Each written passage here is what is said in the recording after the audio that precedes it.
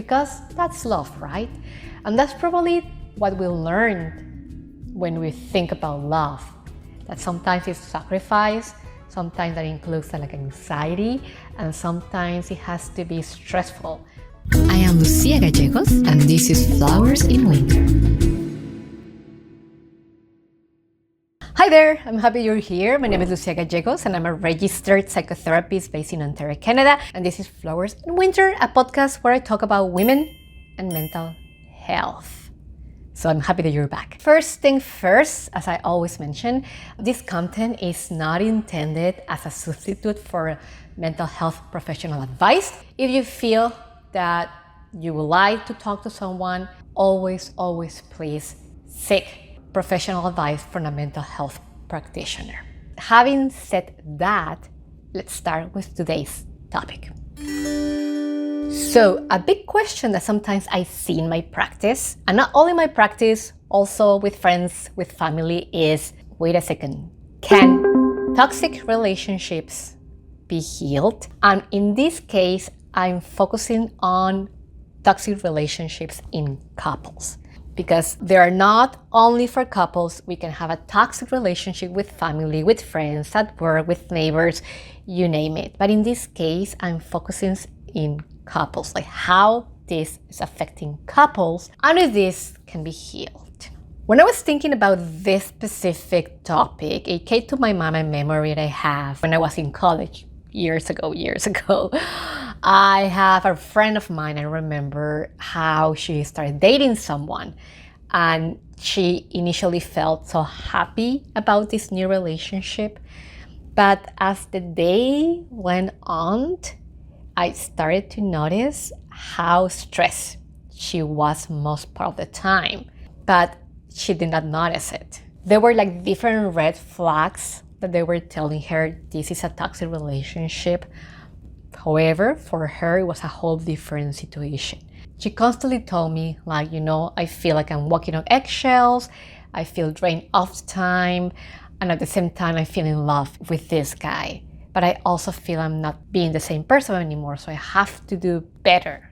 I feel that I'm not doing enough, and I feel that I need to do everything in my power to be with this person. That was years ago. And at that moment, I couldn't recognize that this was a toxic relationship. I was able, though, to recognize that that was not a good relationship for her. But in her eyes, that was like the perfect guide. And I have to do everything better because that's love, right? And that's probably what we learned when we think about love. That sometimes it's sacrifice, sometimes that includes like anxiety, and sometimes it has to be stressful because love is like that. I mean, if we go and listen to different songs on love, especially myself coming from a Latin American background, oh my God, if I tell you, the different messages, like some of the lyrics they have and how it's so stressful about relationship, you couldn't believe it. But okay, we'll leave that topic for a different video. I want to go back and focus on talking about this experience that my friend had and that I see it a lot in women when they come and sit in front of me and we start working with that is toxic relationships, because most of the time we see them as something common. And when I say common, it's like a common behavior because, conflict is good. If you have a conflict with don't get me wrong, conflict among couples is human, it's natural. We're gonna experience a conflict. The issue with toxic relationships is that you feel you are on edge most of the time and you feel like you're losing your mind and there is a stress there. So that's a huge difference. It's not about not having conflict, it's about what is causing the conflict. If the conflict is still there and how both partners deal with that conflict. So you might ask, what's a toxic relationship? How do I know if I'm in one? First, I would like to bring to your attention what is a healthy relationship. Because if we first identify that, we have more tools to identify the other one. So in a healthy relationship, like I said before, it's not that it's not going to be conflict. Conflict's going to be there. We're humans. It's how we approach the conflict. A healthy relationship we have tools to deal with the conflict. We build patience. There is support among members. You feel confident. You might feel stress, again, because there are different emotions, but at the end of the day, you feel supported. You don't feel you're walking on eggshells most part of the date. Because feeling that there is this anxiety related to this relationship and feeling at the same time, I'm feeling calm, and this is like a cycle, that's not love. That's the first sign of a toxic relationship. In a healthy relationship, you might feel sometimes, yes, that there are different emotions there, but it's not that it's so overwhelming, and it's not like a cycle. It's not like the partner or you have like a different characters, like one that is like the dark side and another one that is like the most light side. When you're in a toxic relationship, you feel like there's a duality. We are either so good or we are either not that good and so bad. So some of the characteristics, and if you have something to write it down, to take note or just to check and see how many of these characteristics I would tell you might experience in your current relationship now. So controlling behavior is like the person, your partner or yourself, always controlling the other person's need, right? Also, you feel like an imbalance of power. One day might be you, or one day might be your partner, or in some cases, one of the partners is the one that feels with more control. Keep in mind, a good relationship with tend to be equal. Also, if you find that your partner or you are criticizing each other most of the time and it's disrespectful, and you feel you're always under stress for no reason, you feel that you cannot do that or you cannot say that because the other person is going to get annoyed, and it's going to probably sometimes show signs of violence or aggression, which is really important. I'm not going to be addressing those topics in this video. That's for another topic. Just want to let you know that if you perceive any kind of aggression or violence, please, it's important to be safe and to leave that relationship. And another one is that probably your partner or you are neglecting each other's needs. And that's important. Initially, when we start dating someone, looks like a perfect, but these kind of behaviors, they do not start right away. They might become available little by little until they're so noticeable. So just keep in mind, do any of these behaviors rings your bell? If say yes, you more consider to talk to someone about your relationship. Because probably when experiencing all this together, your nervous system is hyper vigilant, making you feel on the edge. So what causes a toxic relationship? Different things, and one is probably the attachment styles that you have. I have more information in my blog and more videos where I talk about attachment styles and childhood trauma, because what we learn at home is what we replicate outside. The way we'll learn to identify what love is, if you keep in mind, right, what I said before, some songs, like socially speaking, has been perceived that jealousy, controlling behaviors is like, oh, that person cares about his or her partner.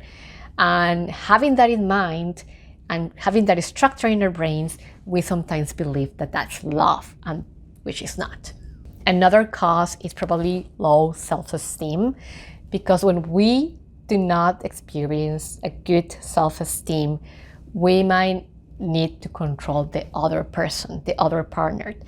It's not about, I love you, I want to be with you. It becomes more like, you know what, I need you in my life, so I'm going to have everything in my control to have you here with me, which is not love, by the way.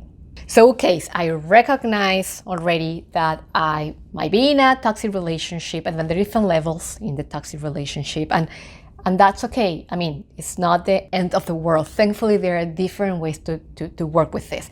But the question is, can we heal this? And if we can heal, how we do that? Number one, awareness. That's so important. And as I always mention, to acknowledge and be aware of what the situation is, what is causing, and also to go and find the root that is causing this situation. Once you're aware, you can have an honest communication, either with your partner or by yourself in individual therapy, and try to identify what's happening there. And also, boundary settings. That's so important. When we are in a relationship, it's important to keep in mind that we are still individuals, that we need to take care of ourselves and also to set up boundaries also with our partners. Such things like, you know what, I do not feel comfortable the way you're talking to me now, so I'm not going to allow that. Or I don't think that comment is appropriate. And this is pretty especially stressful because most of the time, these aggressions of this toxic relationship could be somehow hidden and not perceived as toxic. Some comments as, like, you really want to go out like that? You don't want to dress differently? Or, you know what, my love, I really care about you, so I'm just doing this for your own good. So I think you better not see that person anymore. Just be mindful of the ways that you communicate with your partner and where this is coming from. It's going to be important to regain trust, again, as a couple, but also to regain trust as an individual. And finally, what else we can do? Another approach is to go to therapy, and there are different ways to do that. One is individual therapy, where you're going to be talking with a therapist and trying to identify yourself in your history, in your core belief, in your practice, how you perceive love, and how would you like to perceive love. Probably to work with your self-esteem, with yourself, with your self-growth, trying to identify the cause of this.